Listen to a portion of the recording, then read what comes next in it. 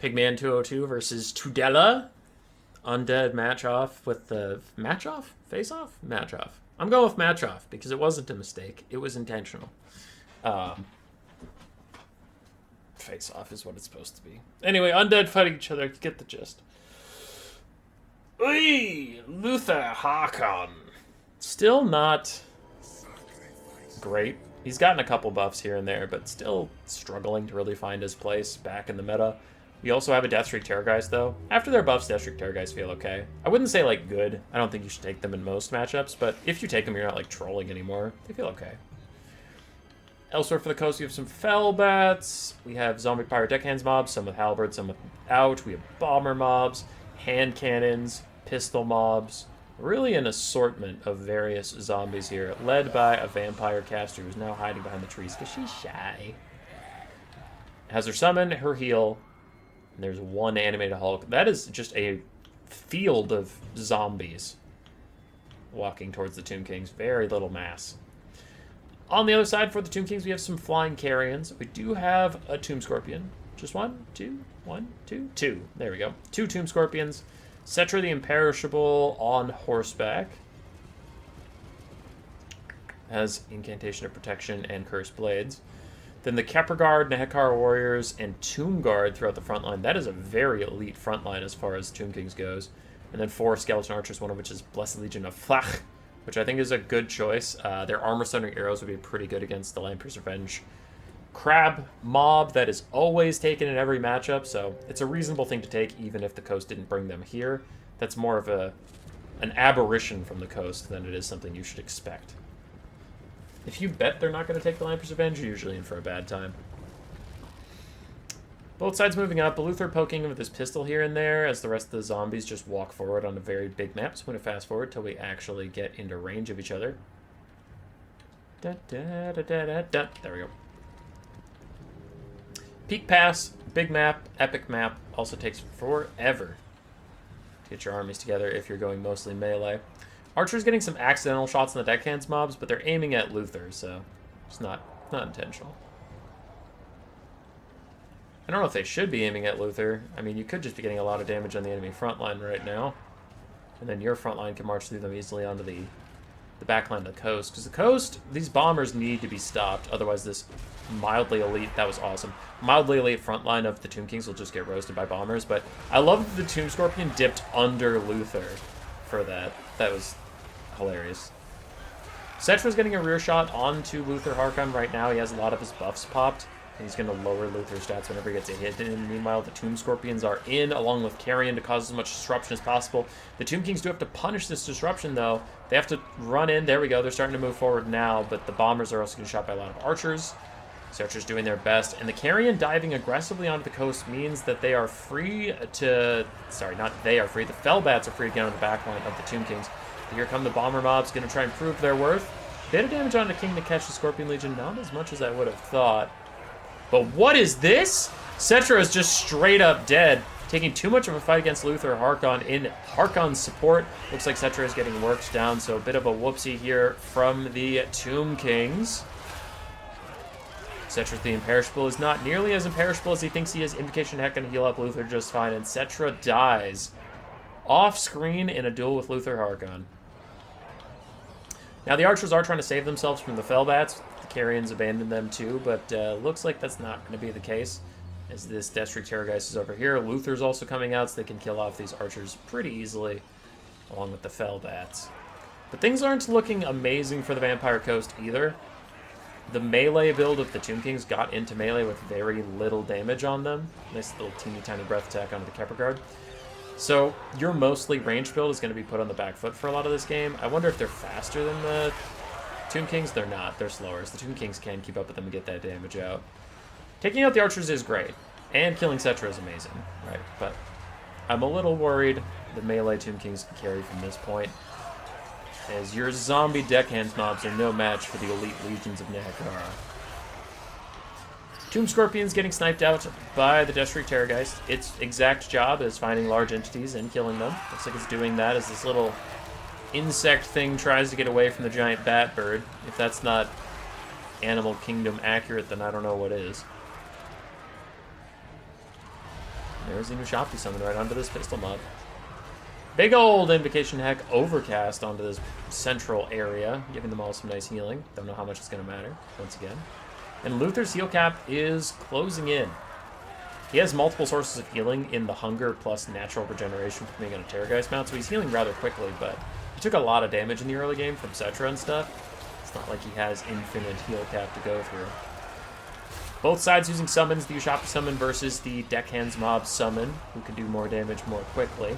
The Tomb Guard really aren't giving up, neither are the Nekar Warriors as they push through that front line nice and easy. And the Deathstreak Terrorgeist is after its second Scorpion meal of the day. First Tomb Scorpion died, and now he is over here, chomping away on this one. One more hit, that Tomb Scorpion should be dead. There's the hit, and there's the death.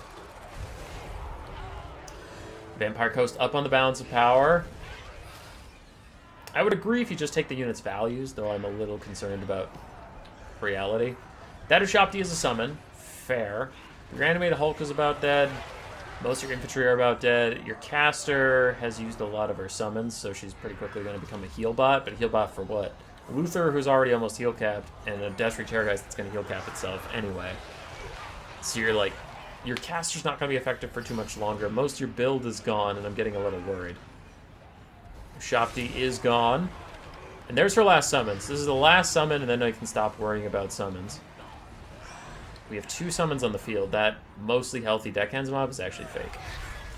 Deathstreak Terrorgeist is actually sitting in the middle of a bunch of Skeleton Warriors, Nekar Warriors, however. Not loving that. And Luther's still trying to deal with these archers who are just poking him in the backfield. Where did the Fellbats go? Looks like they died from the archers. Throwing on guard mode and shooting at each other, most likely. Oh, when will the summons fade? Looks like one of them did, or just flat out died. As the hand cannons run away. Nice breath attack down the side of these Nekar Warriors. And now the little cutlass lady is doing her damnedest. She is what the kids call heckin' surrounded, brother. 30 seconds left on that final summon. That random Deckhands mob is crumbling, but Luther finally killed off both of the archers. Hand cannon's trying to get away from the Nekara Warriors. 23 speed to 28, but they are getting poisoned every so often by the Deathstreak Terrorgeist. And a nice breath attack in from Luther onto the Nekara Warriors.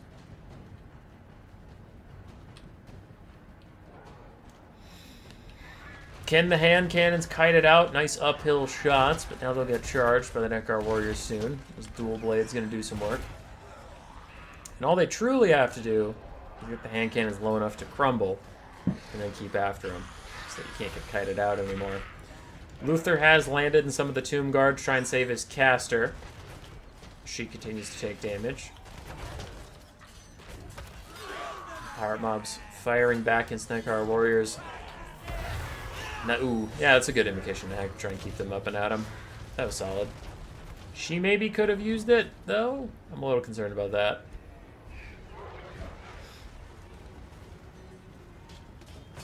Her leadership dips into crumbling territory, and she can't cast Invocation Heck on herself if she wanted to. Well, her leadership is negative. You can only cast it if your leadership is positive.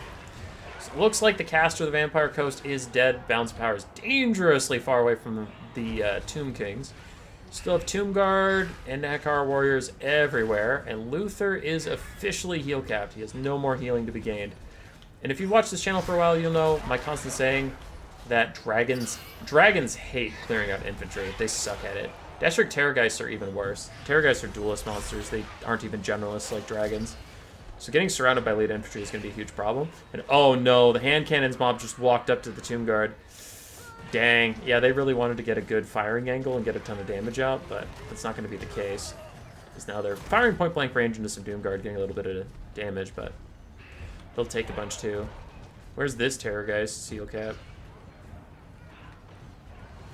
Don't know. It's gotta be getting close. Luther chucks out another teeny tiny little breath deck. I mean, these Deckhands mobs are screwed at this point. They're slower than the Tomb Guard and they're already in melee, so if they turn and run, they're just gonna get beat up.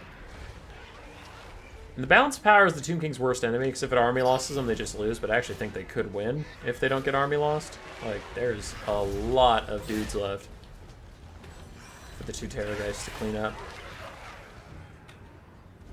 Hand cannons taking all that ammunition with them should help the balance of power quite a bit. Once they actually die.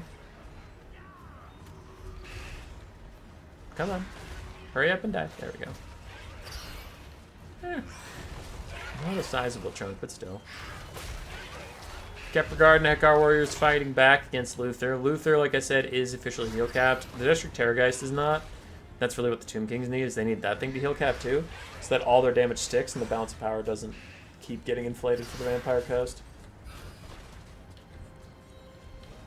So go Luther. Go Death Shriek. Luther was at 5,300 HP, down to about 4,800.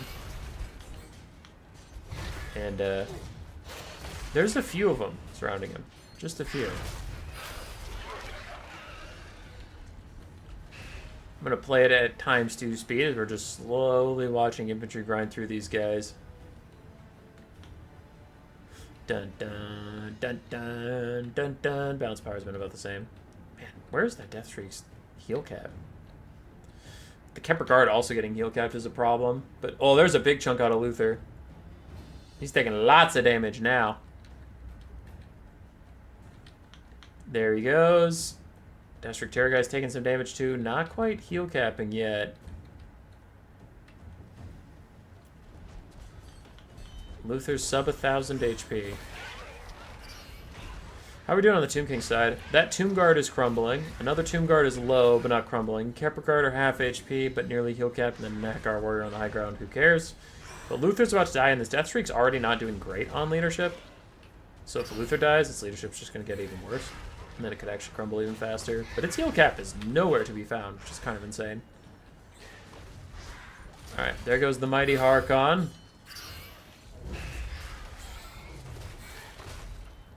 Fades away on his mount. The Death Shriek is now crumbling along with being surrounded. Balance Power is all of a sudden starting to realize what I've been talking about for a while. The Tomb Kings are actually just chilling. And that Tomb Guard is slowly crumbling. Kepler Guard, still about 700 HP they can heal. And there's the Death Shriek's healing cap.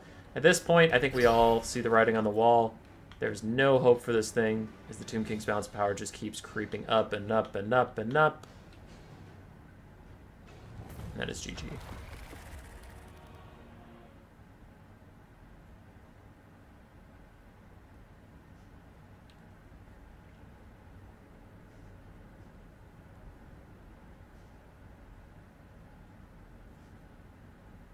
Cetra did fine. I mean, he died like instantly, but he still got a ton of value back. It was mostly the Tomb Guard show. Oof, the Kepler Guard with 2,400 value, Tomb Guard with 1,300 apiece.